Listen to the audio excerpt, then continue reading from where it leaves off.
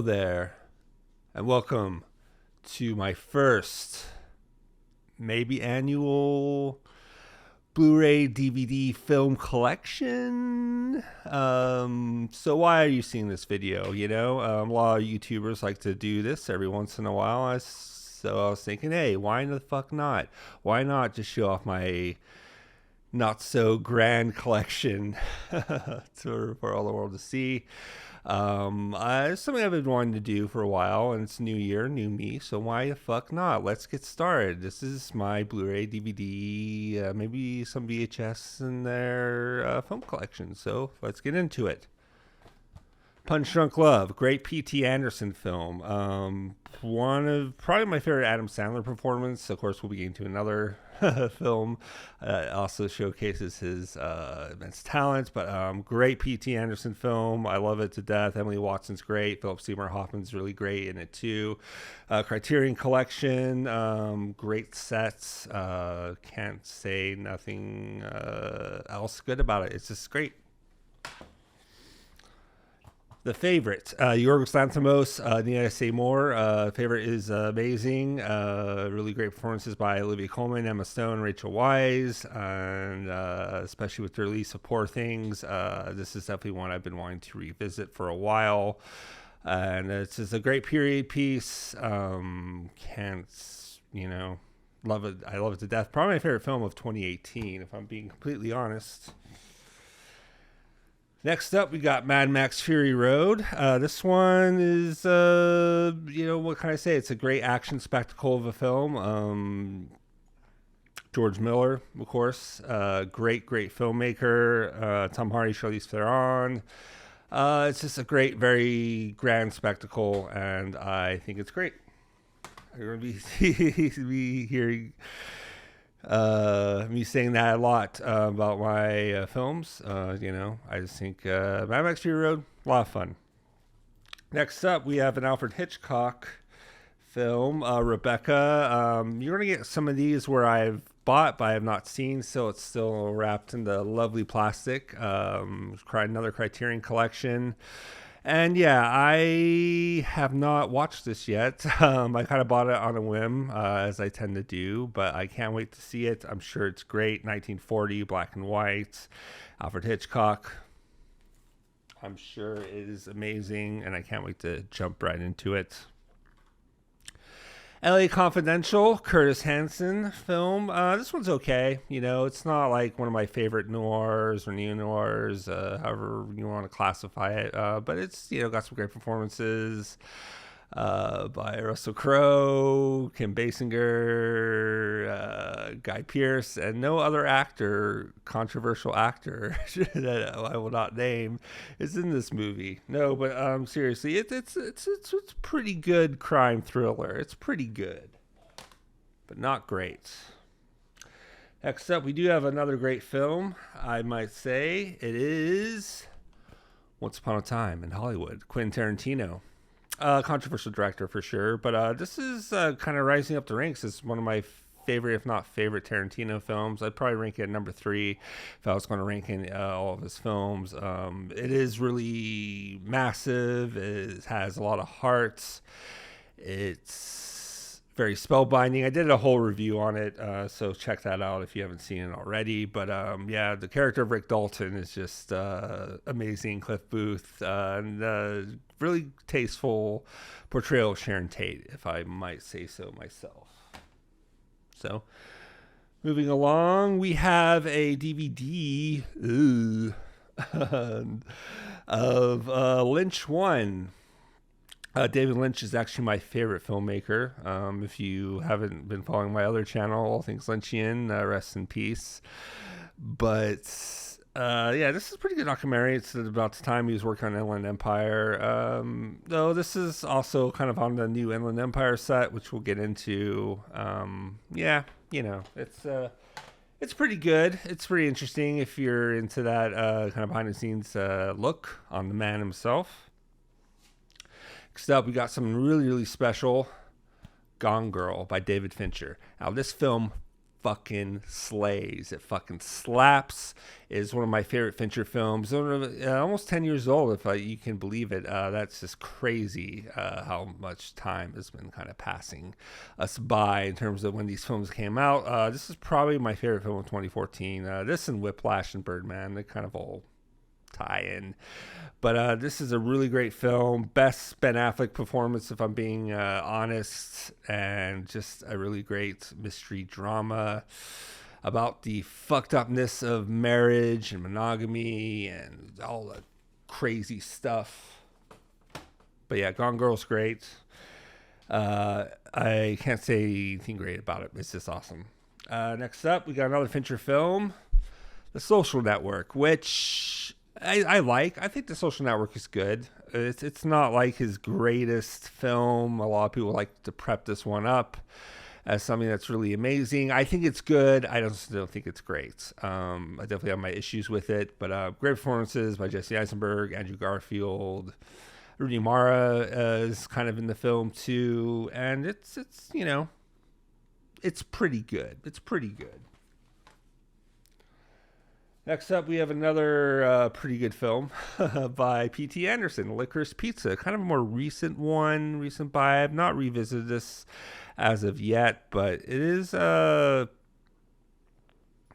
astonishing effort, kind of a return to form for P.T. Anderson. I think he went through his Kubrickian phase of There Will Be Blood and Phantom Thread and all that, and I think now he's going back to what made him kind of great in the first place. Licorice Pizza definitely I have some issues with it, not the fact that it's kind of a love story about an underage kid and a adult woman, but I think Licorice Pizza is really solid. I love a lot of the performances. It's a good performance film, if I'm being honest.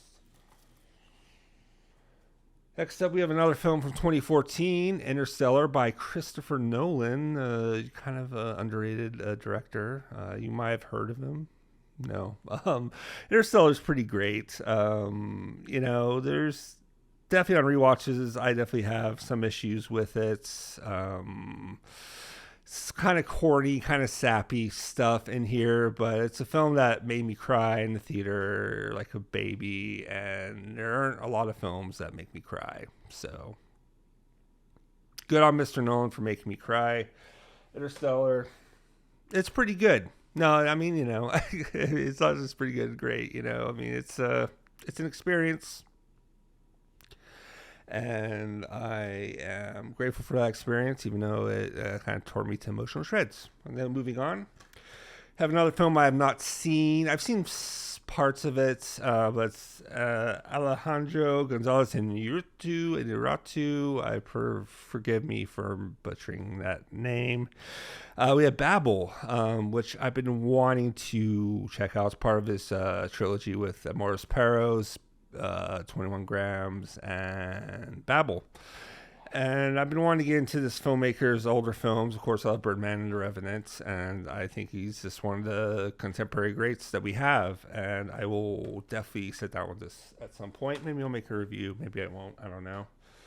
Next up, a film I have seen. It is motherfucking Goodfellas by Martin Scorsese. Probably my favorite Scorsese film. I know that's probably kind of a predictable choice as a favorite Scorsese, but it is just fantastic. It is evil. It is haunting. It is violent. It is sad. It is beautiful. It's just everything that Scorsese does great, all rolled into one. Definitely on the more gangster side of Scorsese, but I fucking love Goodfellas. It's it's held up high for a fucking reason, and it's just great. I fucking love it.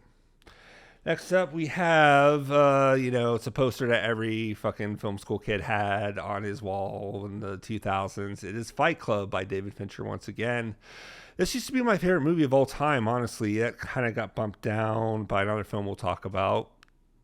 But, I still love Fight Club. I think it's a really great film. I think the twist kind of overshadows a lot of what makes Fight Club great, but it is still an astonishing achievement from 1999. Such a great year for film. It's Gurbavalov stuff talking about 1999 on his channel, so stay tuned for that. But yeah, I love Fight Club. I think it's a really great film, and I think it's important to preserve films like this because the mouse now owns Fight Club in the 20th Century Fox catalog. Who knows what it's going to do with all this great films.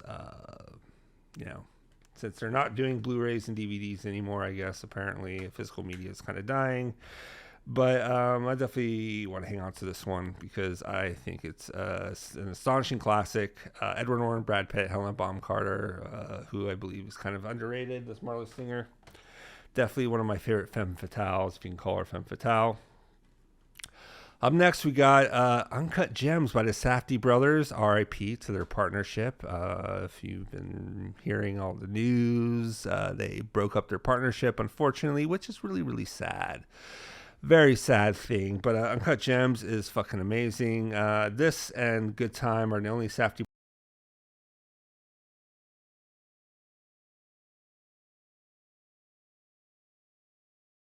It's still really amazing. He plays his strengths, and they knew what they were doing about playing to his strengths, and it just was a fantastic combination of a lot of things. And I love Uncut Gems. Definitely want to check out like Heaven Knows Wait or Heaven Knows What. I'm not really sure the title of one of their older films. I definitely want to check out. Next up from that same year, 2019, another great year for film is Parasite on 4K. Yes, Parasite. It's not the Criterion, but Criterion doesn't have a 4K disc of this, so what are you going to do? I love Parasite. It was my third favorite film of 2019, and everything about it is just amazing. The different commentary it has on classes and rich and the poor and all that fun stuff. Bong Joon-ho is really amazing. I've been meaning to check out more of his films, but have not. What are you going to do? There's only so much time in the day. But Parasite, Bong Joon-ho, highly recommend. I saw it in the theater multiple times, and it's just really great. Next up, have a kind of an underrated A24 film, if I might say so myself. It is First Reformed with Ethan Hawke, Amanda Seyfried, and Cedric the Entertainer's in this movie. But it is such a very powerful film about religion, about extremism, and probably one of my favorite films of 2018, maybe my number 2 after The Favorites. But this one, I think more people need to see. I haven't really seen many discussions about it online. When I first saw it, I was a little befuddled about the film, especially the ending, but bringing it into a different kind of context, I kind of now love the shit out of this film. I got to get more into it on my review for First Reformed. I definitely recommend that video. Check it out if you haven't already, but First Reformed is really great. Up next, we have another A24. I'm such an A24 nerd, I know. We got Men by Alex Garland. Men is really great. Jessie Buckley kills it. I loved her, and I'm thinking of Ending Things, which I wish they would release a physical version of that film. Sadly, you won't be seeing that in this video because they don't have a physical version. I wish Criterion would pick it up or something because I'm thinking of Ending Things. It's really good, but this isn't about I'm thinking of Ending Things. This is about Men. Very twisted, very surreal. Yeah, it's just beautifully stunning. Everything about it, I think might be my favorite of 2022. Maybe I haven't really dissected a lot of films from that year yet. I've seen more films in 2023.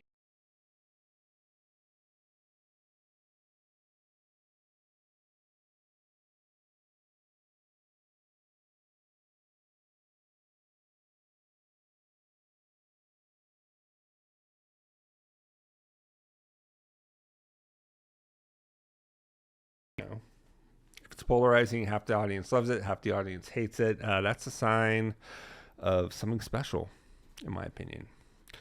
Next up, we got Portrait of a Lady on Fire. Mwah! That's all I can say about this film. So good. Lovely, tragic love story. Filmed by Celine Sciamma. I'm probably butchering that, but she did a really amazing job. It's really hard to do films about same-sex relationships without it becoming like too over preachy or, you know, will they, won't they kind of a thing. But they really deliver something very special with this film. And I love the actresses. I love the cinematography. It's quite like an oil painting come to life, in my opinion. Hence the title, Portrait of a Lady on Fire. Really good. Oh, we got a good one. We got a good one coming up. Clockwork Orange on 4K. You heard it right, my droogs. I love Clockwork Orange. I make no apologies for loving this film, and I've reviewed this edition on my channel. And you know, great performance by Malcolm McDowell. Great cinematography. Stanley Kubrick, you know, what can you say about the man? That has been already said before. He's amazing, despite its like lyric content and graphic sexual scenes of rape and assault. I really feel like this is really a classic that everyone should see at least once. And a lot of people are turned off by the fact of this film. They find it too much, but I fucking love it. And I think it's just one of the greats. My favorite Kubrick film, personally. That makes me weirdo, so be it. All right, we got Simple Plan by Sam Raimi, a very underrated Sam Raimi film. Bill Paxton, the great late Bill Paxton, Billy Bob Thornton, Bridget Fonda. Really highly recommend. It's a really solid thriller.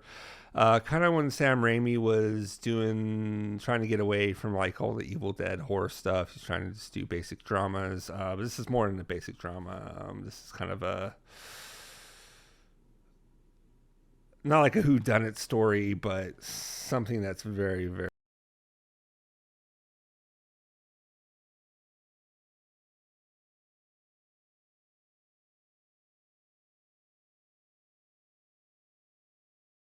I love it a lot. I would highly recommend it. I wish there was an American Blu-ray of it, or 4K, but what can you do? All right, we're going to get into a certain filmmaker in these next few picks. My favorite filmmaker, David Lynch, starting with The Criterion, Lost Highway on 4K. I've not watched this on my 4K player yet, but I did see the 4K restoration in theaters, so I can tell it's a really good restoration. I can't wait to finally sit down and watch this again. One of my favorite David Lynch's films, definitely my number 2 Lynch for sure. That's not high on a lot of Lynch heads lists, but Bill Pullman, Patricia Arquette playing a really great dual role. Balthazar Getty, lots of great actors. I believe it's Jack Nance's last performance too, which is really sad because Jack Nance was the man. Up next, we have Twin Peaks Firewalk With Me, another great Lynch film. My number 3 Lynch film for sure. A lot of people hated this on release. It's kind of gathered a cult following. It comes with a lot of deleted scenes called The Missing Pieces that was kind of edited and curated by Lynch himself, which are really fun, really good. But there's a fan edit out there that kind of ingrates them, not ingrates, but you know, kind of edits them together within the main film, and I just don't think it works as well, honestly. I love the theatrical cut. I don't care. You know, there's a truncated scene. A lot of people call it a truncated scene with David Bowie. I like how it is, but in the fan edit, they take a lot of liberties with that. They use the not so crazy version of that scene, and they add in some music choices from the series, which I just thought was not, you know, that's kind of taking it a little too far in my opinion. But that's just me. I'm not a fan of the fan edit. Sue me. Another Lynch film. We got Blue Velvet, not the Criterion. It's the cheap Blu-ray 25th anniversary edition. But, you know, and we'll get to Criterion when it comes out on 4K. Blue Velvet was the first Lynch film I ever saw. Really great stuff. Kyle MacLachlan, Isabella Rossellini, Laura Dern, Dennis Hopper. Great cast. Great solid script. One of my favorites for sure. And I'd say his most normal film, one of his most normal films. I think it's a great introduction. If you're thinking about getting David Lynch, start with Blue Velvet. I think that's the right way to go. Up next, another David Lynch film, Eraserhead, his first film, Criterion. Pretty good set, got some great features on it. Eraserhead, what can you say about it? I do love Eraserhead. It's not one of my favorites. It's kind of more mid-tier Lynch to me. But a lot of like scenes of walking and slow burns, and I love slow burns, but I feel like maybe a little bit, it's maybe just a little repetitive. I mean, if I'm going to be nitpicky, it might be a little repetitive in parts, but I think ultimately it's creepy, it's scary, it's funny, it's sweet. It's all these things that make Lynch great. It's a great first film from 1977. I think it's a very impressive first feature. I highly recommend it. Just don't watch it alone late at night. It can give you the creeps. Next up, so this is like my favorite Lynch film and my favorite film of all time. And I love it so much, I got 2 different copies of 2 different editions. It's Mahal and Drive. I got the standard Criterion 4K and the International 4K box set right here. I love Mahal and Drive. As you can see, I'm wearing a Mahal and Drive shirt. And it's just such a beautiful, tragic story of love, betrayal, and getting lost in the city of dreams. To be pretentious about it. But Mahal and Drive, so good. It's a lot of different things all rolled into one. It's a great amalgamation of everything Lynch has done to that point. It came out in 2001. It's hailed as probably the best film of the 21st century so far. And, some people might disagree with that, but I would definitely agree. It's definitely my favorite film of all time. It's kind of solidified that where once Fight Club was, kind of knocked down Fight Club a few notches. Just for me. But that's just me saying what I'm saying. Up next, I don't have a case for this because my dog chewed it up, but the Blu-ray survived. It is Memento. I just wanted to show it just because I love Memento. It's one of my favorite films. Definitely my favorite Christopher Nolan film, even though I feel like Chris Nolan has kind of fallen off a little bit. Though I've not seen Oppenheimer yet, so, that's on me. But Memento, such a unique way of telling a story, such unique editing, storytelling, the writing, the direction. Guy Pearce, Carrie-Anne Moss, Joe Pantoliano, Joey Pants, just overall great stuff. I love it a lot. It is an amazing film. Up next, we got another Scorsese, Silence, kind of a more recent one. Came out in 2017. And it's a film I still think about regularly to this day. It has amazing just commentary on religion and faith and what it takes to hold on to your faith, even if it's being kind of staggered against you at all odds and all costs. How far will you be willing to take your faith? I'm not a religious person, but I find films about faith and religion very fascinating. So Silence, highly recommend. Really great film. Andrew Garfield, Adam Driver kill it. Another Scorsese film up next, Shudder Island. A lot of people don't really seem to like this film. I fucking love Shudder Island. I think it's a great gothic horror. I think that's what Scorsese was going for anyways. Great sequences, especially the flashback scene where they go to a Nazi concentration camp and see the horrors of that reality. And just overall, great film. Even though to this day I'm a little disappointed in how it kind of all unfolds with the twist. But, Shutter Island, I think, is really still great in spite of that. Very highly recommend it. One of my favorite Scorsese films. I am not ashamed to say that. Next, we got a film I bought on a whim, and I did watch. It's Ready or Not.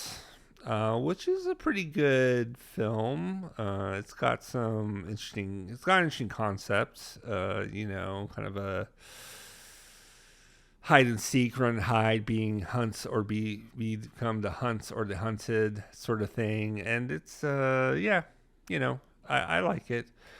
It's not one I'd probably revisit that much, but it was got on a special at Best Buy. RIP physical media at Best Buy, by the way. And it's pretty good. It's a pretty good film. I like it. Up next, we got a great film on 4K, American Psycho. The best Christian Bale performance, in my opinion. I saw this back on DVD in 2000. I didn't see it in theater. I was way too young. But I did love this film the first time I saw it. And I still love it to this day. I feel like this is a film you can put on and get sucked into right away. There's not a bland or terrible scene in this film at all. It's just really, really amazing. And I have a lot of fun with American Psycho. As crazy as that sounds, I do have a lot of fun. Up next, The Assassination of Jesse James by the coward Robert Ford. Written and directed by Andrew Dominic, are in for the screen. Excuse me. Another great film. Probably my favorite Casey Affleck performance. I know Casey Affleck's kind of a controversial actor, but he's really good in this, as well as Manchester by the Sea. And Brad Pitt, one of his best performances too. This film's a really big, slow burn, but it is an astonishing period piece. Amazing cinematography by Roger Deakins, and a great soundtrack by Nick Cave and Warren Ellis. Just overall beautiful, beautiful, beautiful. It's just beautiful. I can't say that enough. Next up, we got one of my favorite comedies, of course on a puny DVD, but nonetheless, it's Team America, World Police.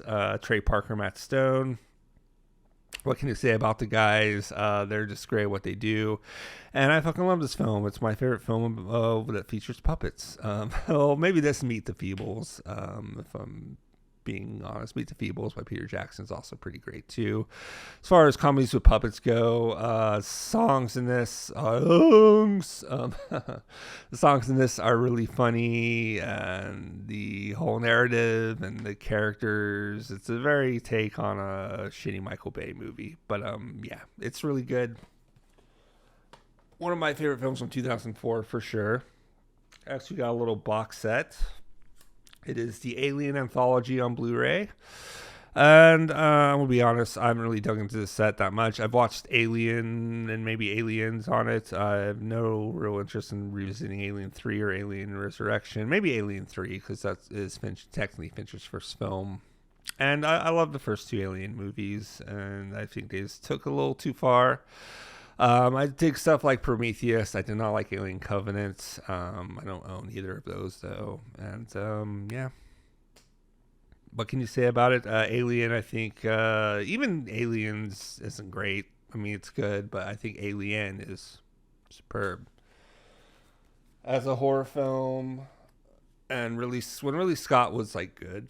No, I'm just kidding. I'm kidding, Ridley. I'm kidding. Next up, we got Pearl by Ty West. This and Men are probably my top two favorite films of 2022. But Pearl is something special, man. Mia Goth just fucking slays and slaps and all that good stuff. And it is just so much fun. So dark and twisted, I just want to be a star, and it's really good. I love it a lot. Which brings me to the next film. The sequel, or what X is a prequel to, is X, which is a pretty good first slasher film. I won't lie, but there's always that but. It's just fine. I mean, the characters besides Maxine aren't very interesting. Aside from Maxine coming out this year, I will say that much, and seeing where her story goes. And the kills are great. The subject matter is okay. I think everything about the adult industry was better said in Boogie Nights than anything else that could come out. But you know, X has its moments, and I think it's a lot of fun, but not like amazing or anything. That's just me. We got 28 Days Later. Danny Boyle, probably my favorite Danny Boyle film. It's so good. Cillian Murphy, great performance by him. Amy Harris, Brendan Gleeson, Christopher Eccleston too. I forget is in this film. Doctor Who himself, also in The Leftovers, which is a great show. And yeah, 28 Days Later. I love what it is, but I don't love what it kind of spawns in terms of a lot of shitty virus zombie movie type films. Definitely owe great respect to 28 Days Later. Just saying. Next up, we got Magnolia. This and There Will Be Blood, kind of a toss-up to my favorite P.T. Anderson film. I'm not really sure which one I like better. Probably There Will Be Blood is the better film, but Magnolia is something special. It's such a unique ensemble. You know, you got John C. Reilly, Philip Seymour Hoffman, Julianne Moore, William H. Macy, Tom Cruise. A really great performance by Tom Cruise. Say what you will about the man. He is, yeah, you know, he can be great when he wants to, and in an acting sort of way. And yeah, I think the music by Amy Mann is great. The score by John Bryan, I believe, is really fun. And everything about Magnolia is just really amazing. The 3 hours just flies by for me, and I can really great film to watch on a rainy day, or if you're feeling like shit.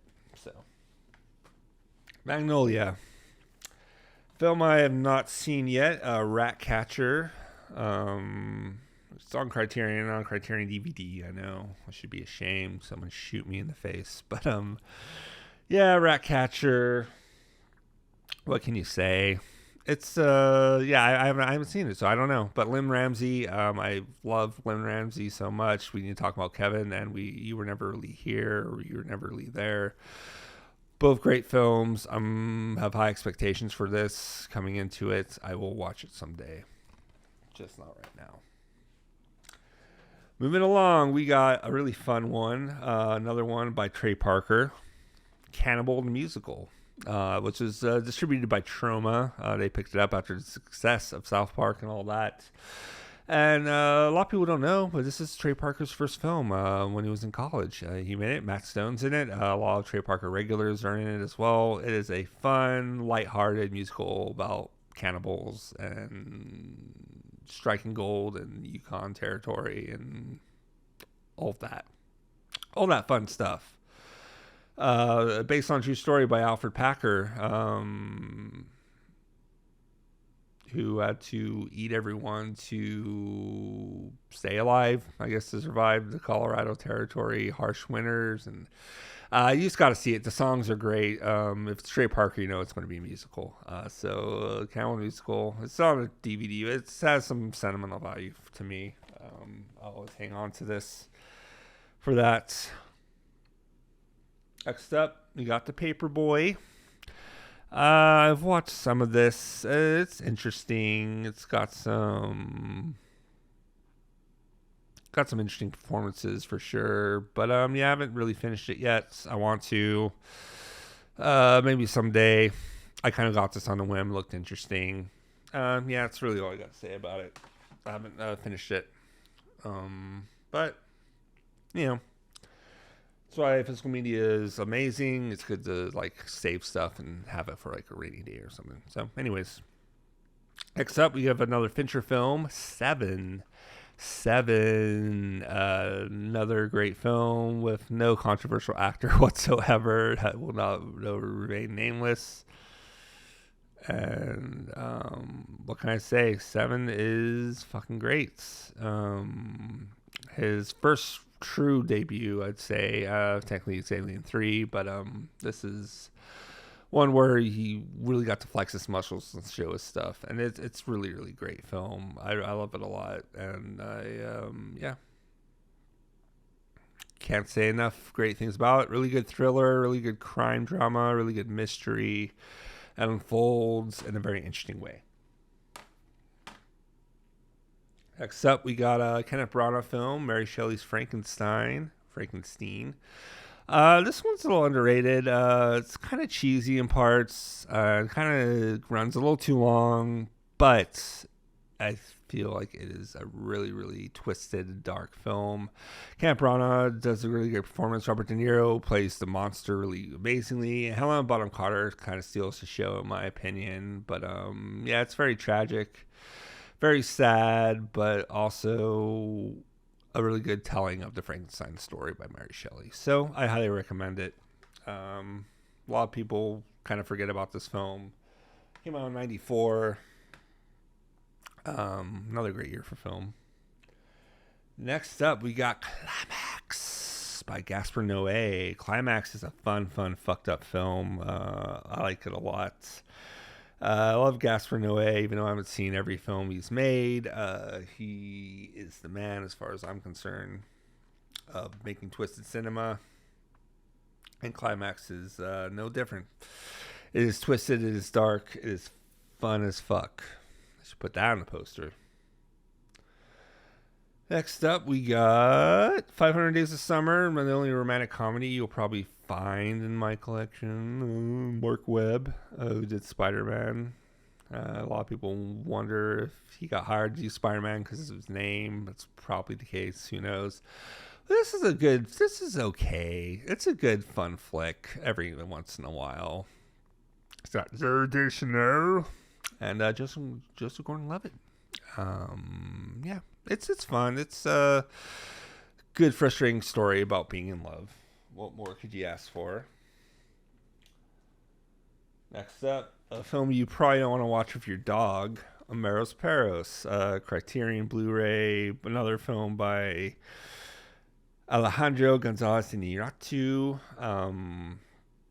I remember seeing this in the theater a long time ago. I've not watched it on Blu-ray yet, but I remember being very, very disturbed by it, and I'm kind of scared to watch it again. But as far as I found out, that was on Criterion Blu-ray. I had to get it, so there's that. Sure, yeah, it's definitely not a film you want to watch with your dog. Next up, we got on 4K Ex Machina. This is a film I thought was pretty good when I first saw it, but not recently. But yeah, I got this for my podcast, Cinema Enigma. If you're not listening, we're on Spotify and Apple Podcasts. You should check us out. I co-hosted with my friend Phil, a really cool guy, and yeah, Ex Machina. Upon rewatching it, I got a lot more appreciation for it. I love the pacing. It's very brisk, and it's a lot of fun. Ex Machina.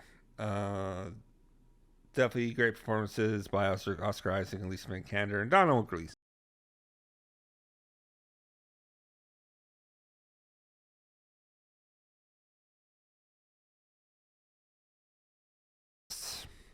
Well, it's not out like theatrically. It did play a lot of festivals. It had a limited run. I have not seen it yet, but I'm sure it's great. But yeah, Under the Skin, I fucking love.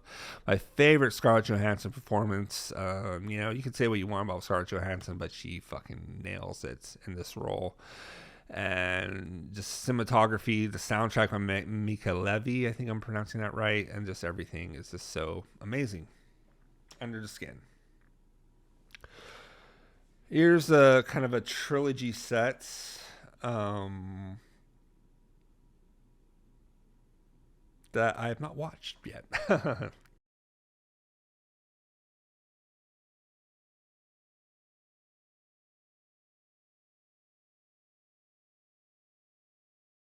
love Nicholas Winding Refn a lot. I love most of his stuff anyways. There are a few things, like Copenhagen Cowboy was just fine. But yeah, Pusher, I want to check it out as soon as possible. So we got a box set. A very special box set. It is The Sopranos. You know what I mean? Oh, sorry.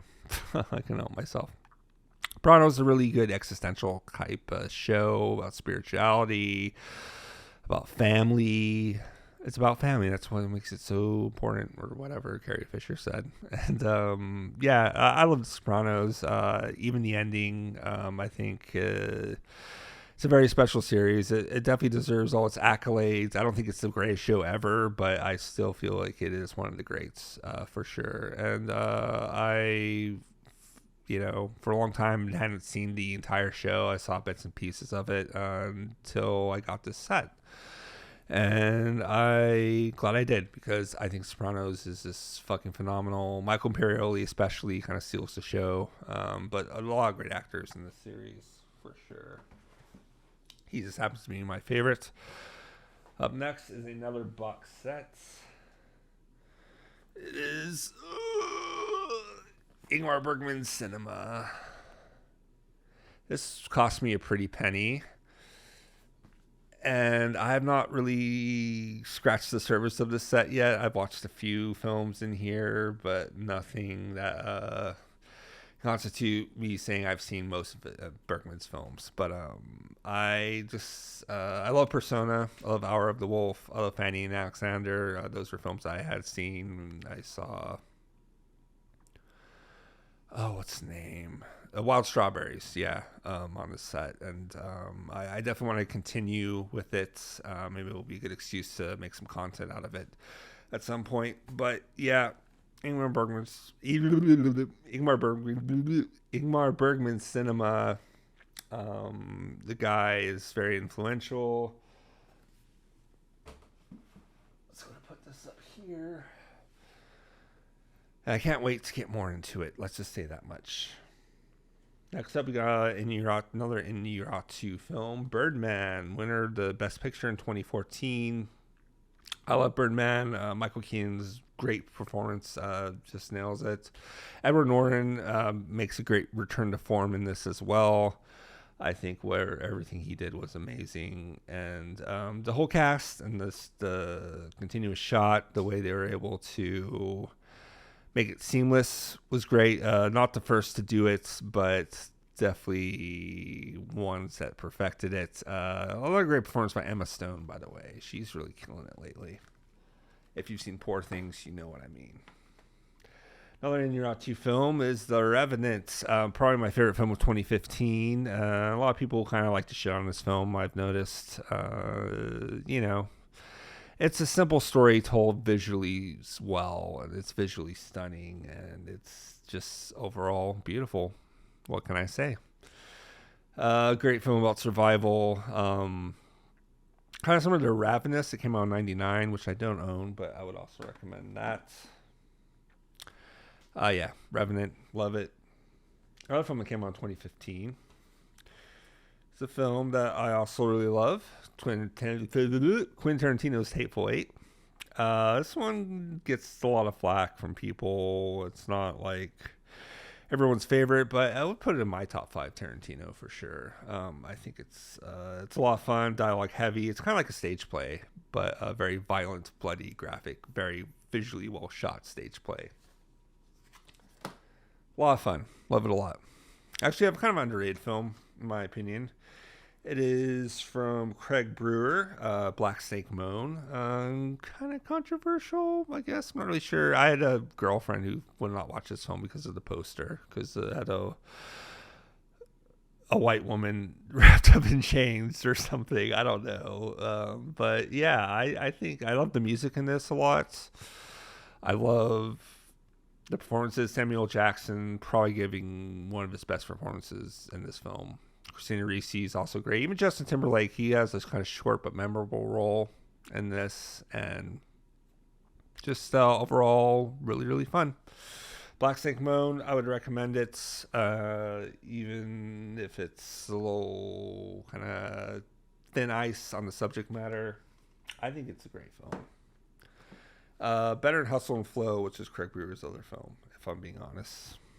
Next up, we got Nocturnal Animals by Tom Ford, the designer, who's from Texas like me, and I fucking love Nocturnal Animals. I didn't think much of it when I first saw it, but it's one that kind of festered and grew and kind of would not leave my mind. And That's what a sign of a great film can do. Jake Gyllenhaal and Amy Adams and Michael Shannon, and a really great performance. What's his name? Aaron Taylor Johnson. Yeah. Uh, He's it's this overall a story within a story within a story, and a flashback within a story, and it has these like three narratives kind of all woven together, and it's very, very beautiful. And I definitely would put it up there as some of the best films from 2016. A very controversial year that we don't want to relive, but yeah, it's one of the greats from that year.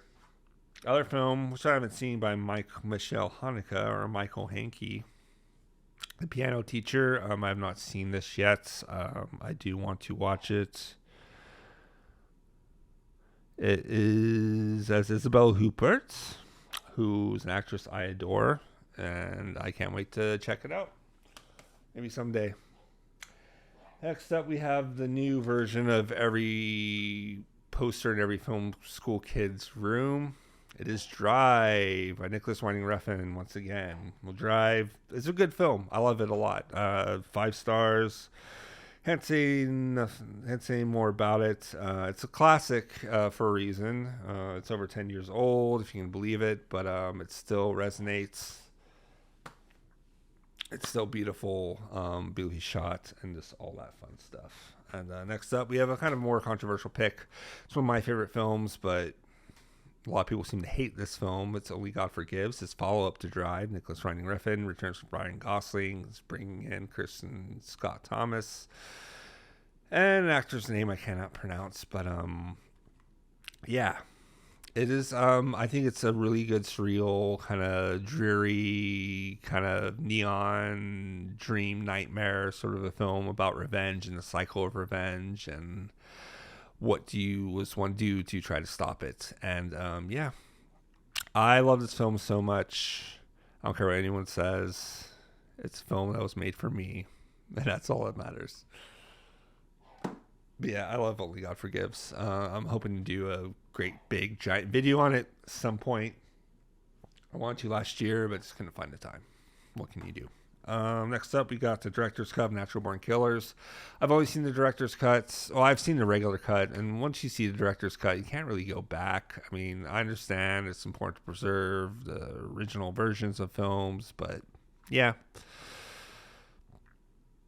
As far as that, I think Natural Born Killers is a great Oliver Stone film. Woody Harrelson and Juliette Lewis are really amazing. My favorite Robert Downey Jr. performance, for sure, hands down, is Wayne Gale.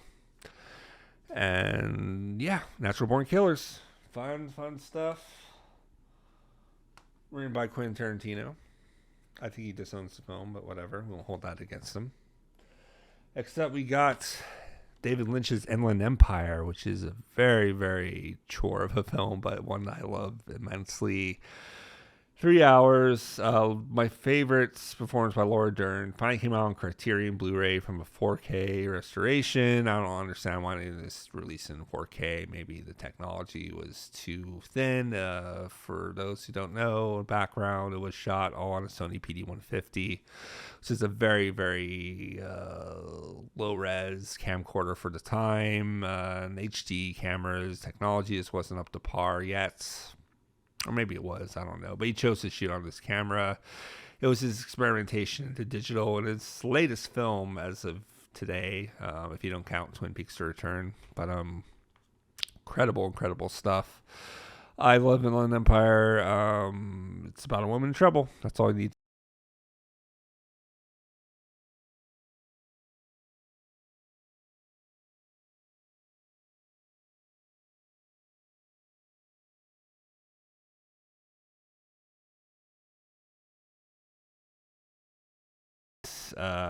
Great performance by Burt Reynolds, Philip Seymour Hoffman, Heather Graham, Julianne Moore, Don Cheadle, William H. Macy, John C. Reilly. It's loaded fucking cast in this thing. And I actually got to see a 35mm print restoration of this not too long ago on the big screen, and it was a lot of fun. And of course, I had to own it on Blu-ray.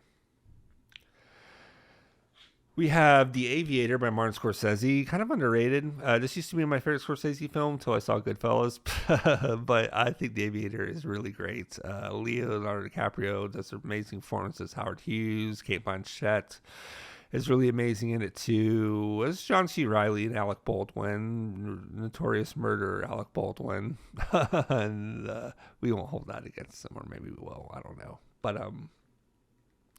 yeah, The Aviator has such a scale to it and such like a grandioseness to it and it's a period piece, it's a biopic or whatever, and it's really, really amazing, just amazing feat of filmmaking, and I wish more people would recognize it, but what can you do? I don't know. Next up, we got a film I have not seen. I bought the DVD to it at Half Price Books because it was there. 21 Grams, which is by another one by Alejandro Gonzalez Iñárritu. And yeah, I want to see this. I can't really say anything about it, but it does have Naomi Watts, one of my personal favorite actresses, and I cannot wait to see it. Check it out. Next film I have seen, Cronenberg's Crash, David Cronenberg's Crash. Very erotic, very sexual, very intense. They see about a film people turn on by car crashes and injuries and blood and all that fun stuff. This is a lot better than the 2004 Crash, that won Best Picture that one year. We don't talk about that film though. But this is the better Crash. This is the Crash that people should see. Just replace every streaming digital and Blu-ray copy of Crash and put in Cronenberg's Crash instead. I think that would be hilarious. Anyways. Next up, we have another Yorgos Lanthimos film, The Lobster, a masterpiece in my opinion. Colin Farrell is amazing in this, as well as Rachel Weisz, John C. Reilly. John C. Reilly owned quite a few things of John C. Reilly's acting or whatever. Well, you know what I mean. And yeah.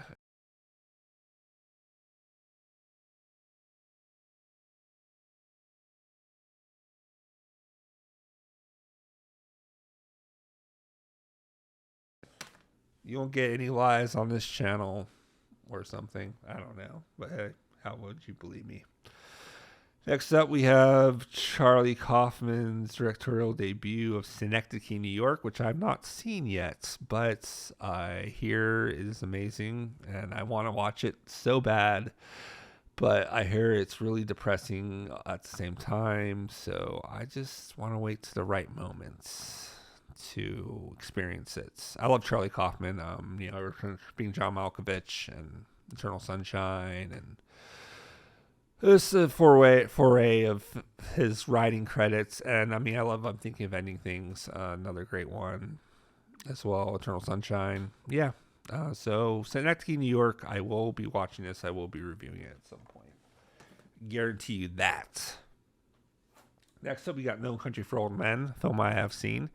Film that's really great. It's a really great Coen Brothers thriller. What more can you say about it? Javier Bardem, his breakout role, I believe. Josh Brolin, Tommy Lee Jones are also really good in this film. And yeah, it's a really good Coen Brothers film. Won a lot of great awards, and yeah, it's a lot of fun.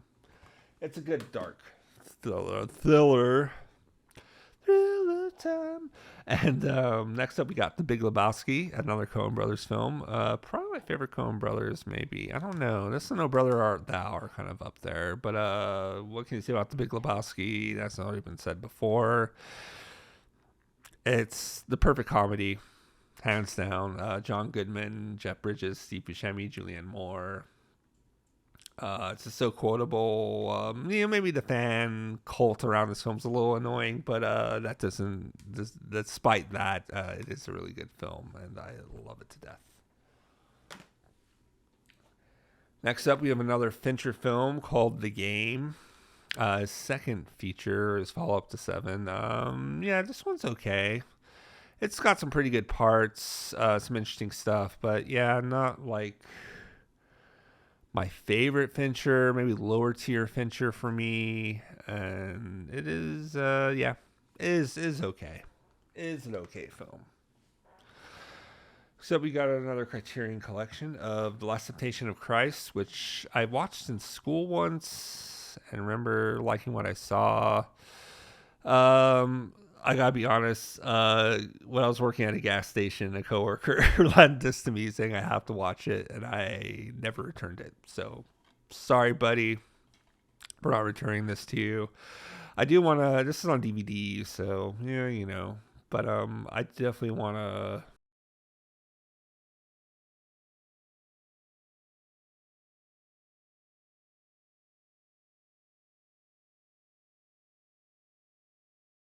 David Duchovny, Angelina Jolie. This one, I have a lot of nostalgia for. I thought it was the shit when I was growing up. I thought it was fucking amazing. It was badass. Look at me, I'm watching an R-rated movie with David Duchovny. Blah, blah, blah, blah, blah. Yeah, I was a dumb kid, but yeah, you know, all in all, Playing God, it's just okay. It's a standard kind of action thriller. Nothing amazing upon rewatching it, but for the longest time, this is hard to find in HD or even on DVD. So I'm glad I got it. So every now and then I can check it out and relive it. But would I recommend it? I don't know. Maybe. Up next, we got Kill Bill.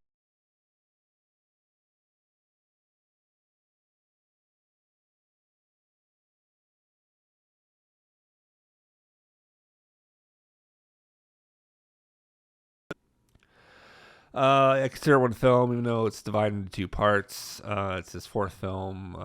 You know, agree with that or not. It's still fucking amazing, and it's violence. It's edgy. It is filled with great performances. Uma Thurman fucking steals the entire thing. David Carradine's also really great. So as well as the rest of the cast. A lot of Tarantino regulars in this one. And yeah. Next up, we got my favorite Nicolas Cage performance and adaptation, written by Charlie Kaufman, directed by Spike Jonze, Meryl Streep as well as Chris Cooper. Nicolas Cage playing a dual role as Charlie and Donald Kaufman. You know, the great screenwriter duo of Kaufman and Kaufman. Yeah, this is a lot of fun. This film changed my view on what a film can be. Being John Malkovich sort of solidified that too, but this kind of took a step further. Lots of fun. Glad it's finally out on Blu-ray. Great quality. Great film. One of my favorites.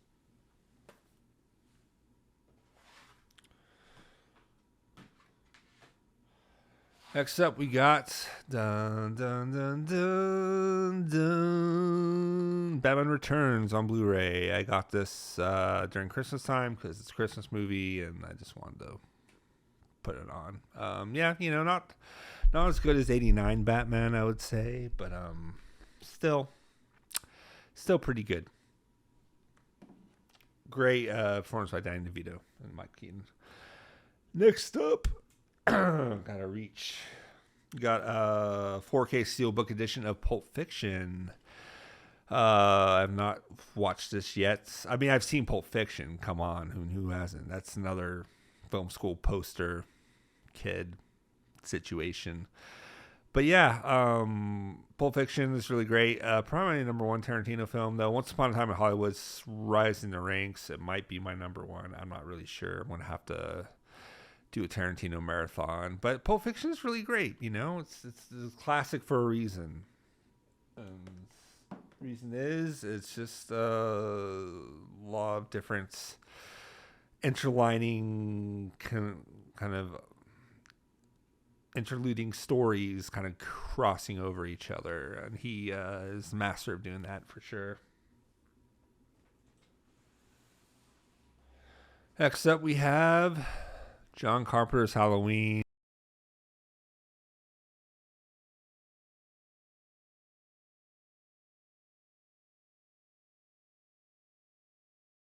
And I think it's pretty solid. You know, I try to look at it in the time period it was produced, and It was it's pretty good. I like it, but it's not like scary or anything. Pissed a lot of people off with that comment, I'm sure. Except we got Wind River, a great film by Taylor Sheridan. I don't know, but great film. And nonetheless, Jeremy Renner, probably one of the few performances I actually like of his. Not that he's a bad actor; it's just not really my cup of tea. But he's really good in this. As Elizabeth Olsen. It's a very dark crime thriller, and told from somewhat of a Native American perspective, which you don't get to see a lot. And I think these types of stories are very important. The director is white and whatever, but still, I think it's a really, really important film that people should see. Probably some of the best shootout scenes, in my opinion, ever to be captured on film or digital. So, moving along, we got a classic film, 12 Angry Men. 1957.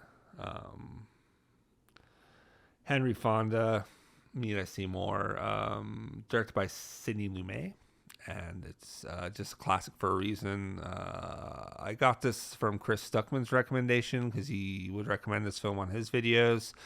So I thought, why not?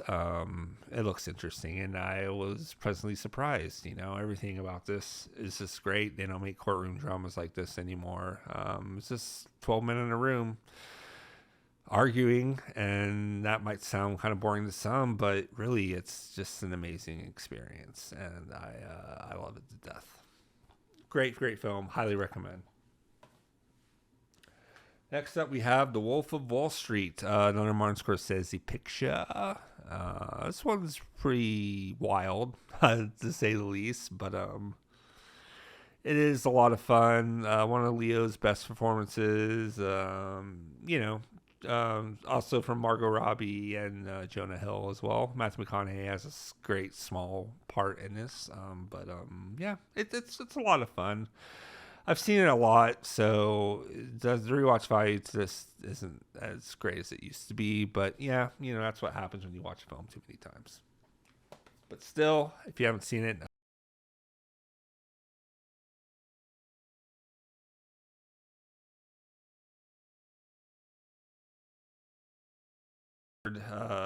they said I should see this. It's high tension. I thought it was okay. Really bloody. I like the gore effects. I like a lot about it, but kind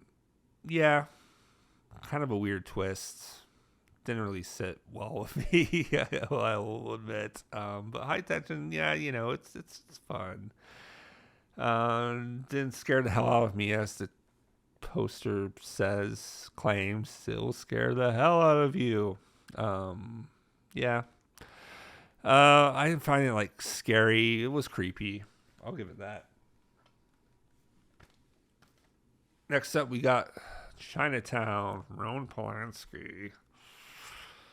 Oh, it's getting hot in here. No, I'm just kidding. Chinatown's a really great film, but film is collaborative efforts, and Polanski is a despicable human being who should be extradited and arrested. But needless to say, beyond that, it's written by the great Robert Towne and produced by Robert Evans, so it'll definitely a lot of different influences and factors rolling into this. I mean, it's a really good script, really great performance by Jack Nicholson, really good cinematography. Faye Dunaway is also fantastic. Chinatown's a must-see. I saw this in film history class, and the images just kind of stayed with me, and I had to own it. And it's just a classic for a reason, despite what you think of the director. I mean, he's a piece of shit, obviously. But on a lighter topic, we got Indiana Jones 4K sets, 4 movie collection. I'll take the first 3, thank you. Not the shitty 4th one, but this is a really good set though. I watched every film on this, even Kingdom of the Crystal Skull. It's a good set. It's good restorations. Just overall good stuff, great stuff. I love it a lot, and highly recommend. Not all these films, but I kind of realized Temple of Doom might be my favorite. That one's a lot of fun if you haven't seen it. It's kind of the black sheep of the trilogy, but Temple of Doom is just great. Raiders is still was my favorites. Last Crusade's pretty good, but overall Temple of Doom, Raiders are kind of perfect in my opinion.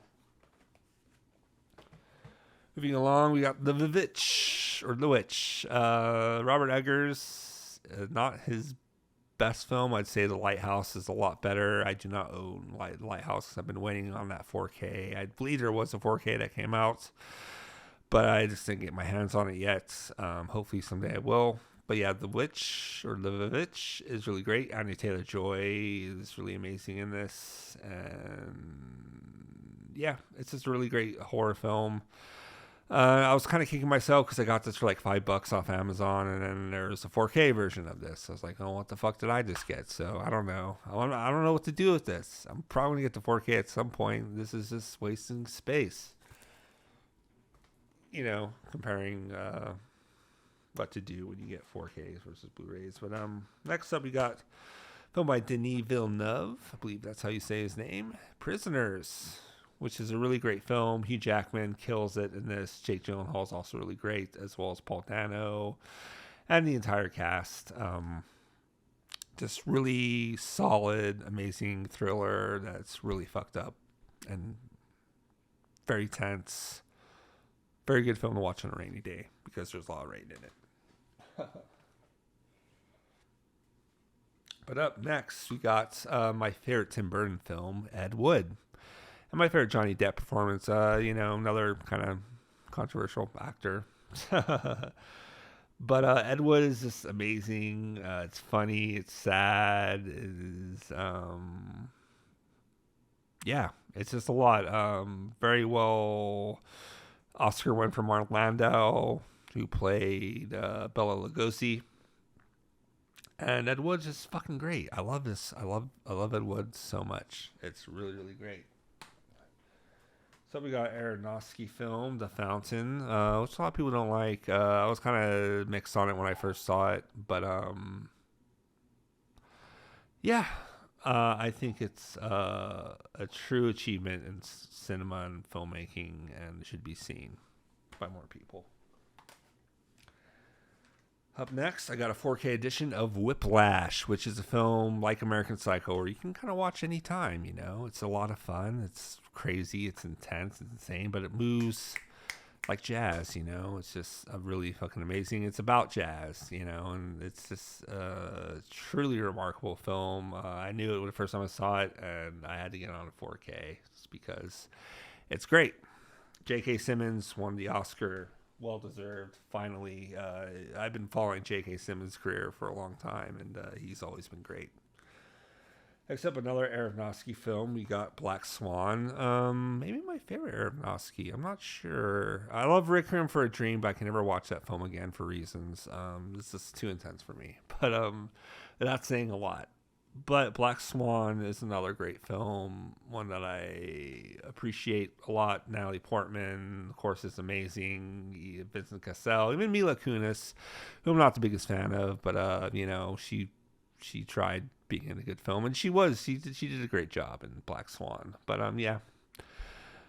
CGI in this has not aged well, even for the time. I thought CGI was a little on the whatever side, but other than that, great films, great performances. Highly recommend. This is a film kind of from my youth, from my 20s. Another Charlie Kaufman, written but not directed. Eternal Sunshine of the Spotless Mind on 4K, finally.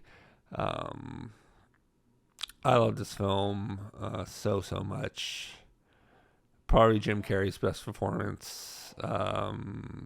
Kate Winslet's best performance. Mark Ruffalo, Kirsten Dunst, Elijah Wood, and R.I.P. Tom Wilkinson. It's just so sad, so haunting, and so lovely, and so bittersweet. Can't say enough about that. So we have a pretty good A24 film. No, it's pretty great. It's kind of a newer Christmas movie, The Green Knight. I have it on 4K. It's beautifully shot. Visuals are just amazing. And it's a very interesting journey about a man, Sir Gawain, and he kind of goes through the ringer, so to speak, to confront the Green Knight. And it's, yeah.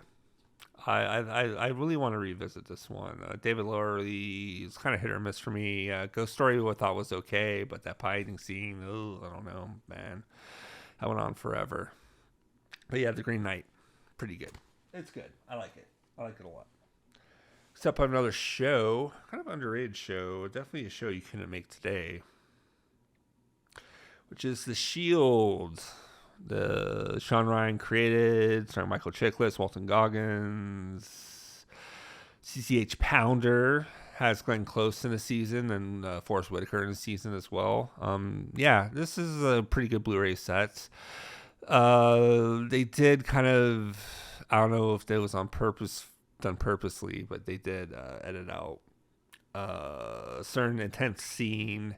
They didn't edit it out, they just kind of cut it down to make it less intense, which I kind of pisses me off a little bit. But overall, really great show. Some of the subplots are a lot of meh, and some of the pacing of the show is kind of meh. But it finds its way back in the end, and that's one of the best series finales of all time, and some of the best acting of all time. Really fucked up show. You cannot. I mean, today. I mean, if people saw it, it's not politically correct, like, at all, and that's a thing that makes it great. It just makes it more raw and real, in my opinion. So. Yeah, The Shield. What can you say about it? But I think it's my favorite cop drama for sure.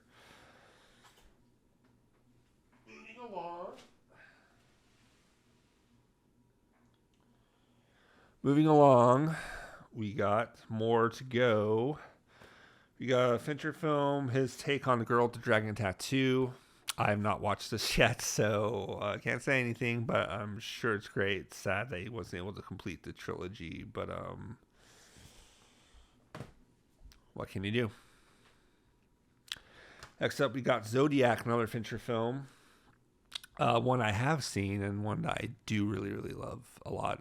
Really great triple slam dunk from Ruffalo, Gyllenhaal, and Robert Downey Jr. My second favorite Robert Downey Jr. performance, probably. Zodiac is really, really great. It's methodically paced. It's beautifully shot. It's on digital. I was shot digitally, and it kind of shows what digital can do. A lot of naysayers still out there about digital, but I think digital and film can coexist, if I'm being honest. All right. We got a really, really, really, really fucked up film. Irreversible. Another Gaspar Noé. Man, this film fucked me up. I first saw it. An ex-girlfriend introduced this to me. Told me had a certain scene, and we should see it to believe it. And I believe it. Oh, I believe it. And it is very twisted, but very beautiful at the same time. It's a story that goes in reverse. Irreversible, get it? But yeah, man, Irreversible. Really messed up, but really just perfect as a film can be. This is another kind of long take kind of a film, and yeah, Irreversible. You got to see it. I'm not going to spoil anything. I'm not going to say what it's about. It's just great. But moving along, got Panic Room on DVD, not Blu-ray. What's up with that? I don't know. But yeah, this is another David Fincher film. As you can tell, I love Fincher. Not every film he makes, but you know, mass majority, he's really amazing. This is a really fun film. Great, as he describes it, a great popcorn movie. And yeah, you know, it's a lot of fun. It's a great thriller, and great performance by Jodie Foster. Next up, I have a little set. A Kubrick set. 3-film collection on 4K. I know one day they'll probably release like a massive Kubrick 4K set. I'll be kicking myself for buying this. But hey, it's got The Shining. The Shining. It's got 2001. And Full Metal Jacket. And yeah, all great films. What can I say? Shining is my favorite horror film for sure. My second favorite Kubrick film. And it's a lot of fun. And all these films are great. And I'm glad that films like these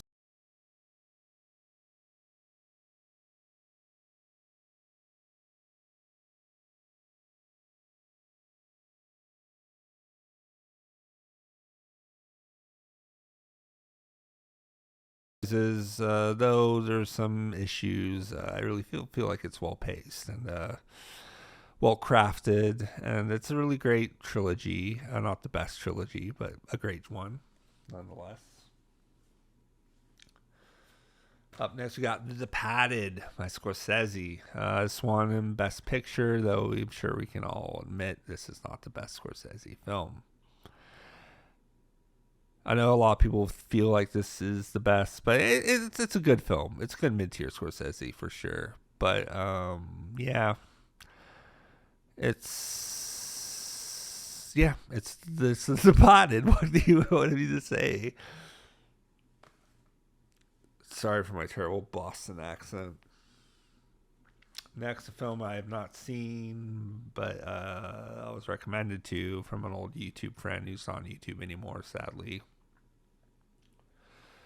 It is Sucker Punch by Hack Snyder. Yeah, I don't know.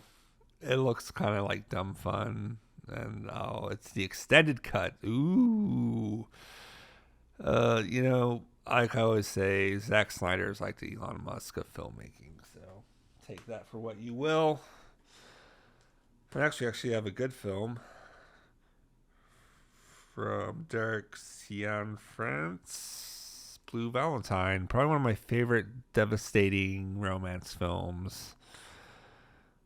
And one that is just really sad and tragic and beautiful and sweet. And I love Ryan Gosling in this. Michelle Williams, of course, is amazing. Definitely like to watch this around Valentine's Day when I'm feeling blue about my sad single life. But next up, we got the Criterion Collection edition of Ghost World by Terry Zwigoff. And Ghost World is a lot of fun. One of the first Scarlett Johansson performances I ever saw. Thora Birch, I had such a crush on when I saw this. Steve Buscemi's great in it, and yeah, it's just a lot of fun. It's a great comedy about adolescence, coming of age, and all that fun stuff. I'm not the biggest fan of coming of age stuff, but when it comes to Ghost World, it's really great. Moving along, we got another film I have not watched yet, Breathless by Godard, Jean-Luc Godard. And I really want to see this. I got this because I want to discover French New Wave on my own. And I feel like this is a perfect way to start that. It's from 1960. And yeah, I really want to check this out and see what all the fuss is about with the French New Wave and Godard. But I'm sure it's amazing. Moving along, we got High Fidelity, one of my favorite John Cusack performances. John Cusack's pretty good, but here I feel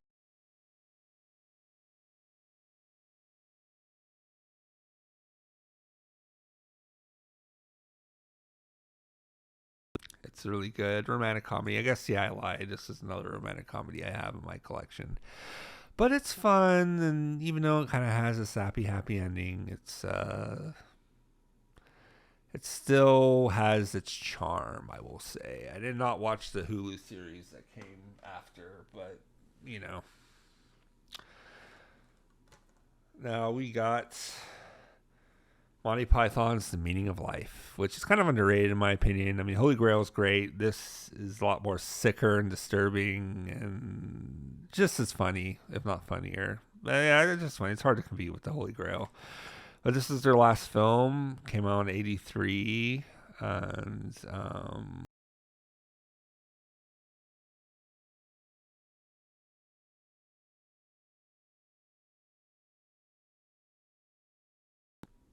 about the topic of the meaning of life, and it's hilarious. And I think if you haven't seen it, you should do yourself a favor and check it out. Next up, one of my favorite bad movies, Birdemic: Shock and Terror on Blu-ray. What can you say about Birdemic? It is Birdemic. It is hilarious. It is badly put together, but in the best way. James Nguyen knows what he's doing. I don't know. He's not fooling anybody. He's not fooling me. But yeah, I love Birdemic. It's a good movie to put on when you're getting drunk with your friends. If you have friends, which I don't. So, any case, you got Edgar Wright's The Cornetto Trilogy. Shaun of the Dead, The World's End, Hot Fuzz. I got this because I was feeling nostalgic for Hot Fuzz and Shaun of the Dead. I've not seen The World's End actually, but maybe at some point I'll sit down and watch them all. Hopefully, hopefully a good set with Simon Pegg, Nick Frost, of course, the dynamic duo. Next up, we got kind of one from this past year, Beau's Afraid. One that I immensely love, and definitely my top 5 of that year. Check out my review if you haven't checked it out yet. I kind of go over the entire film and why I think it's great. Not just the beginning part, I love the dream theatrical sequence. I love the part where he goes to Nathan Lane's house and house arrest, and I even love the ending. It's probably my favorite scene in the whole film, the trial. Beau's Afraid, Ari Aster. I think Ari Aster's good. But I think this is what makes Ari Aster great for this film, Beau's Afraid. Love it, love it, love it. Next up, we got a Steelbook edition of The Evil Dead. My least favorite in the Evil Dead trilogy, but it's definitely an important film for film history, I would say. There's a little controversy. They kind of redone and re-edited, took out a little small snippet of this film. A lot of people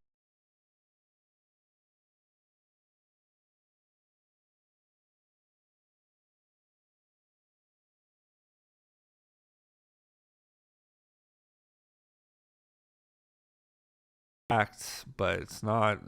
But I think it's important to own, and man, who knows? Maybe hopefully we'll get the Tapper cut one day. But I really think Evil Dead's an important film. I admire it more than I actually enjoy it. It definitely has some really harrowing graphic scenes, but it's still great. Sam Raimi, you can't go wrong. So we have Evil Dead 2, Dead by Dawn, true classic. The first Evil Dead film I saw, and to this day I just love. I love revisiting it on Halloween. Great B movie, and of course, what Deadite fan would be without Army of Darkness in 3 different versions. We got the standard Blu-ray Screwhead edition, which comes to the original theatrical cut of the film. I have the collector's edition of Army of Darkness, which includes the theatrical cut, the director's cut, international cuts. I kind of love both director's cut and the original cut. I wish there's a way to splice them together and put out all the parts I find aren't good, and that includes having the original ending and not taking away his great one-liners. And I just wanted to showcase this because this is the first DVD I ever bought. It's the standard director's cuts, and it's just kind of a big deal growing up. Having this. To me, I thought it was amazing. Kind Kind of weird poster. Bruce Campbell's not that buff in the movie, but we'll forgive that oversight. And yeah, I just love Army of Darkness. It's my favorite out of the trilogy. I know it's kind of, Evil Dead 2 is the usual choice, but I love Army of Darkness. Whoa. Can't fall over. Next up, we got Inglourious Basterds by Quentin Tarantino. Not my favorite Tarantino. Lower on the scale for Tarantino. I think it's great. I think it's epic. I mean, I think it's important. But it just, I don't know.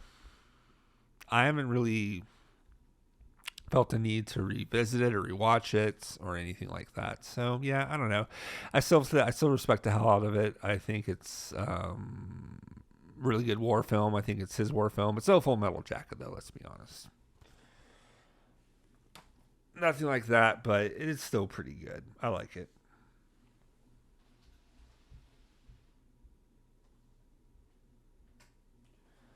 Next up, we got Ghost in the Shell 4K edition. I got this from my podcast, Cinema Enigma. Again, check us out on Spotify and Apple Podcasts.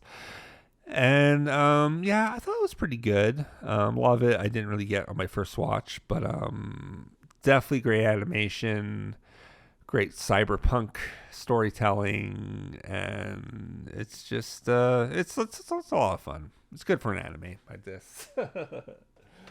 That's not a backhanded compliment or anything. Next up, it's a film I have not watched yet, but it's a Criterion collection of the film If with Malcolm McDowell. And I've heard some things about this film. I haven't heard much things. Came out in 1969.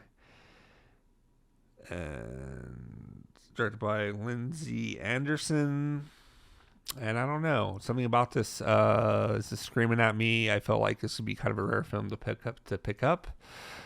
And yeah, I don't know. But I hope to check this out and review it sometime in the near future.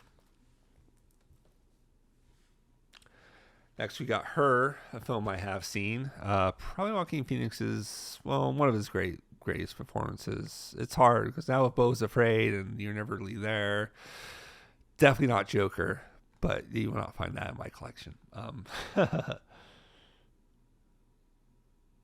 yeah, this is a really sad, haunting film about contemporary romance and technology and how isolated it's made us and things like that. Really touching, really heartbreaking. I thought they're all going to jump off the building at the end. No, they don't. That's not a spoiler or anything. But I thought that's where it was going. But it wasn't. And it was just kind of sweet and haunting and sad all at the same time. But yeah, Her, Spike Jonze, who wrote the scripts, did it on his own without Charlie Kaufman. But yeah, they got to explore what they want to explore. And he did a really amazing job. I think it's really great. Really sad, but really true to life.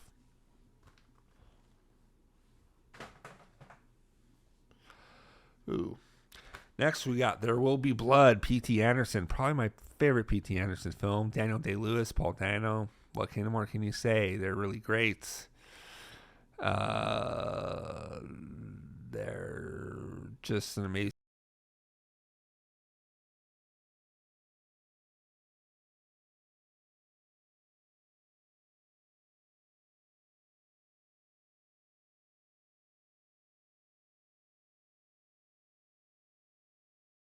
Very great one, nonetheless. I got my favorite Denis Villeneuve film, Enemy, with Jake Gyllenhaal in a dual role. This is a really, really great film.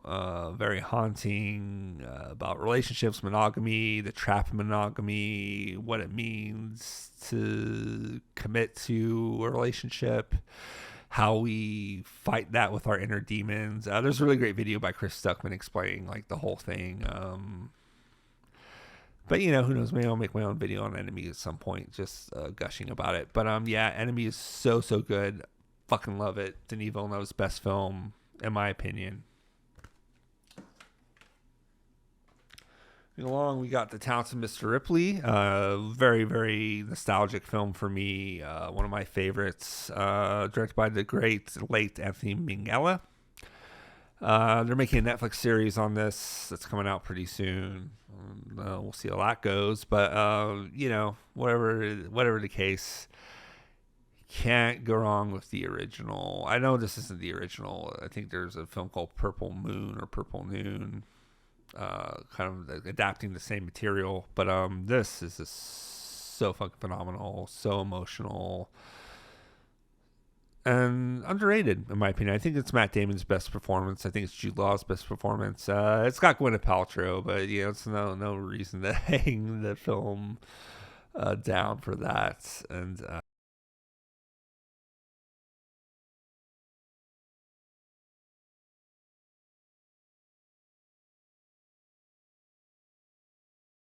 Lane, I have not seen this. I got this because it was recommended to me, and I do want to watch it at some point. 1931, black and white, German film. Yeah, I want to see it. I do want to watch it. There's a lot of films I have that I want to watch, so I'm not buying any Blu-rays till I watch most of these films. Next up, a film I have seen, which is Sunset Boulevard by Billy Wilder. Billy Wilder. And sorry, my dog's acting weird. Pickles.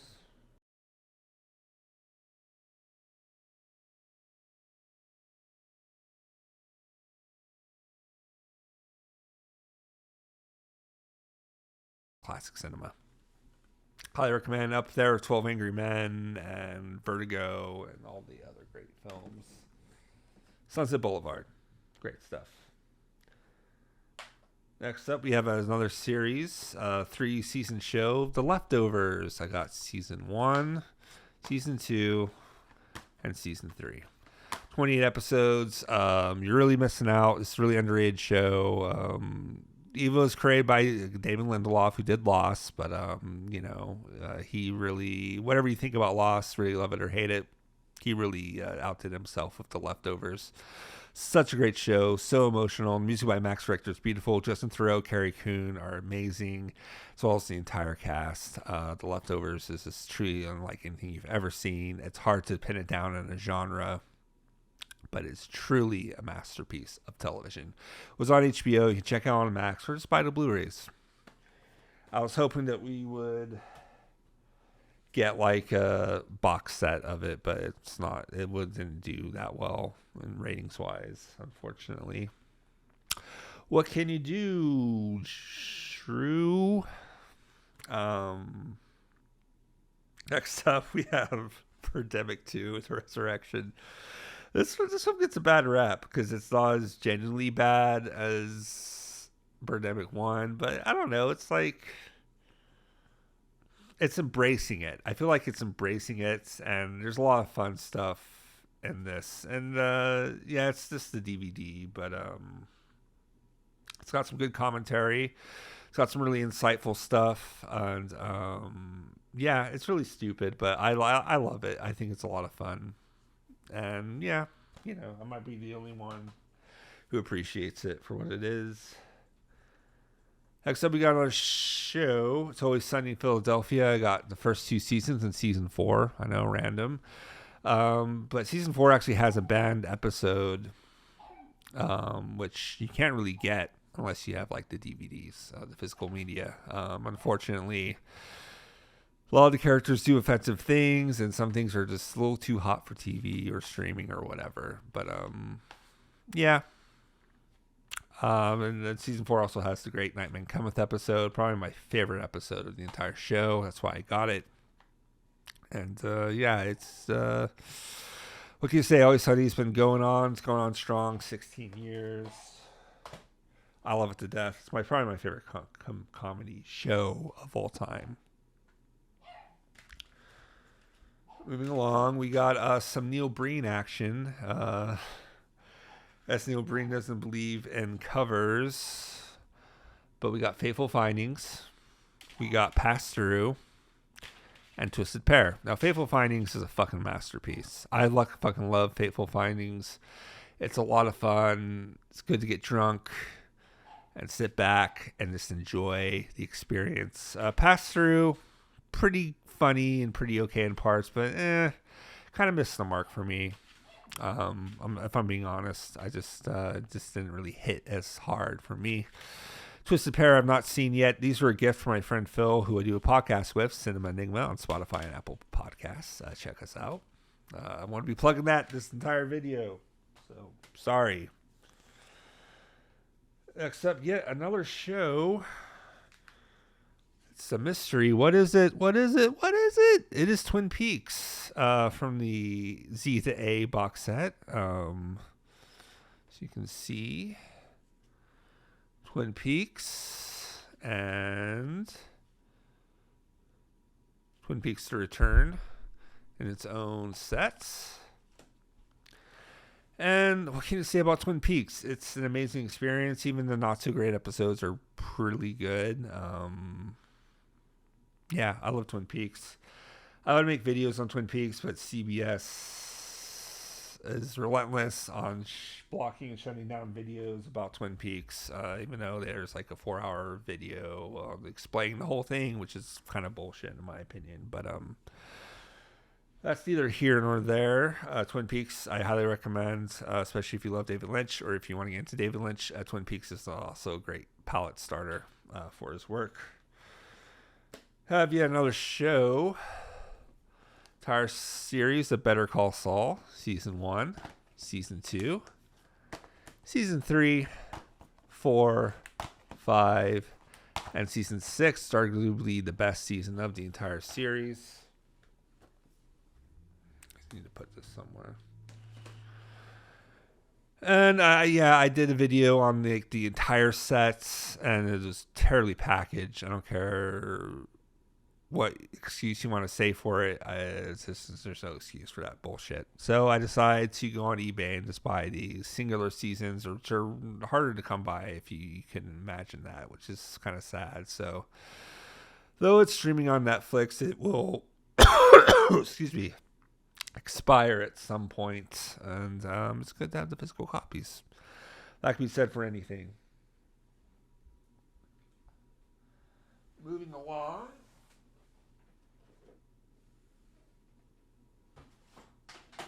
Yet another TV show box set. If you've watched my videos, you've probably seen this in the background, but it's Dexter, the complete series, and it comes in a little like wooden blood slide thing with the discs. I take it out, but that's some work I don't want to do. I also have Dexter New Blood on Blu-ray and a Blu-ray Steelbook as well. I like Dexter and Dexter New Blood. You know, I don't love them. I think they definitely have their problems and flaws, and they're not perfect by any stretch of the imagination. But Michael C. Hall really delivers. He's way better than 6 Feet Under, in my opinion, which is my favorite show of all time. I used to have the DVDs, but I don't know what happened to him. But needless to say, I think Dexter has, lived up to its reputation. Whether you love the entire series as a whole or like the first 4 seasons, like most people, I wanted the whole series just because it's very special to me. I watched it live. It was a very important ritual to me to see Dexter, and I did. And it's, you know what? It's Dexter. What more can you say?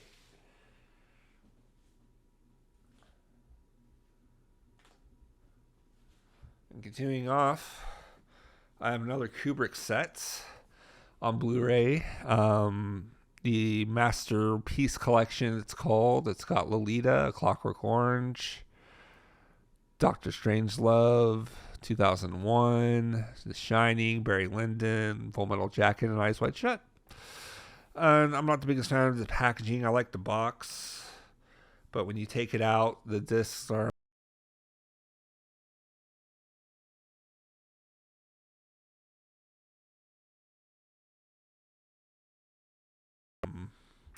it's just not like, it's not a great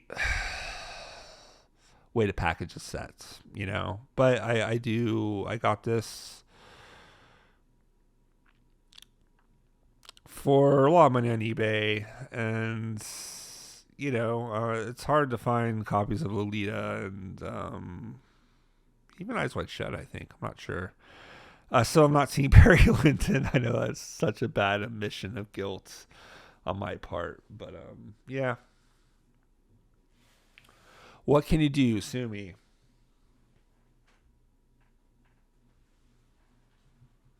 And we're at the last stack. Thank you for lasting this long in this video. I really appreciate it. You got P.T. Anderson's Inherent Vice. It's just not a great film, but it has great scenes and great character moments and great performances. But the story, the plots, it's based on a novel by Thomas Lynch and Plankton. Thomas Pynchon or something. There's this film had a lot of potential and promise, but ultimately it kind of just spirals out of control and goes off the rails. But I think mostly it's a great film with scenes and character moments, but as a whole it's not that great. Moving along, we got Nightcrawler, one of Jake Gyllenhaal's best performances. I will say Enemy is my favorite. I can admit that Nightcrawler is a really, really, really amazing turn for Jake Gyllenhaal, and he should have got nominated for this. It's criminal that he didn't. Well, what can you do? But yeah, Nightcrawler, highly recommend.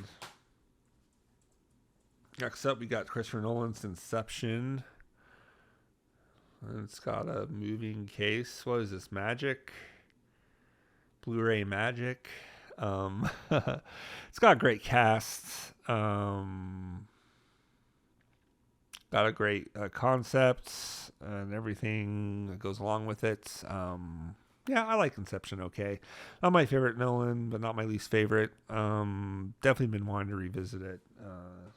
So I've only seen it in the theater. Yeah, I own the Blu-ray.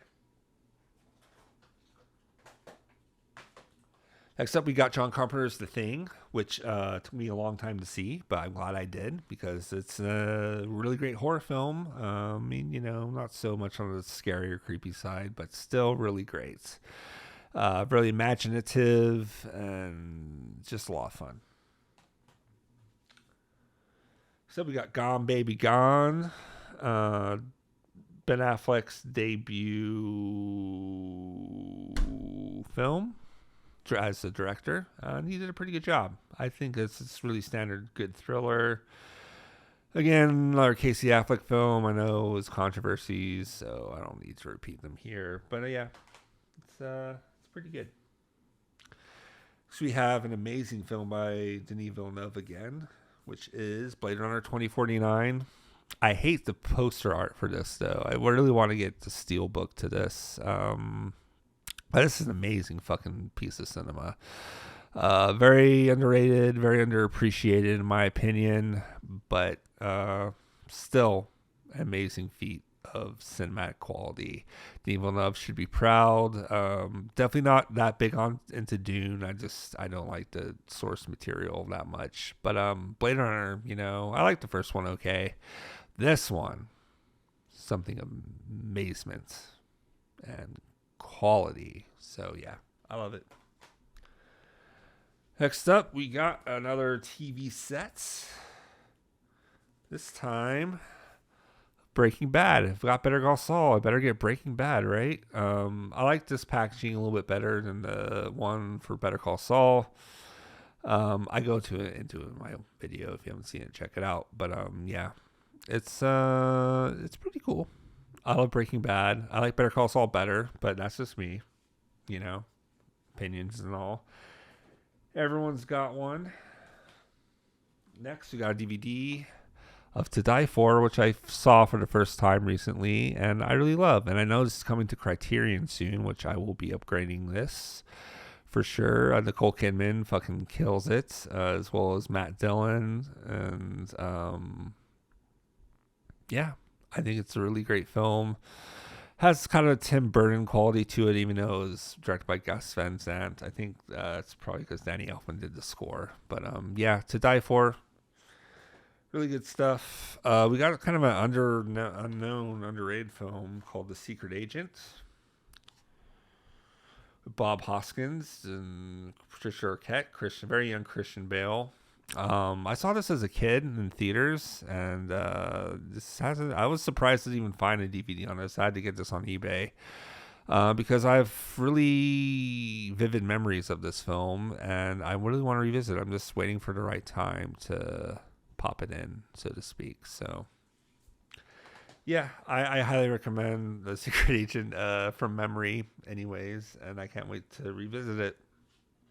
Next up, we got kind of a band that I really love, or I used to really love. That is the Smashing Pumpkins. We got the Greatest Hits video collection, 1991 to 2000. Really great music videos. Some of the best, some of the most underrated music videos. And we got kind of a tour diary from their Siamese Dream tour called Euphoria, also on DVD. These are kind of rare, hard to find. But yeah, you can probably find them on YouTube, honestly. And they're really, really great music videos, especially for Stand Inside Your Love. I think they're definitely their best song and their best video. Next up, we got You'll Pay for the Spider-Man. Sorry. Yeah, I got the Spider-Man Blu-ray collection. Probably should have got the 4K set.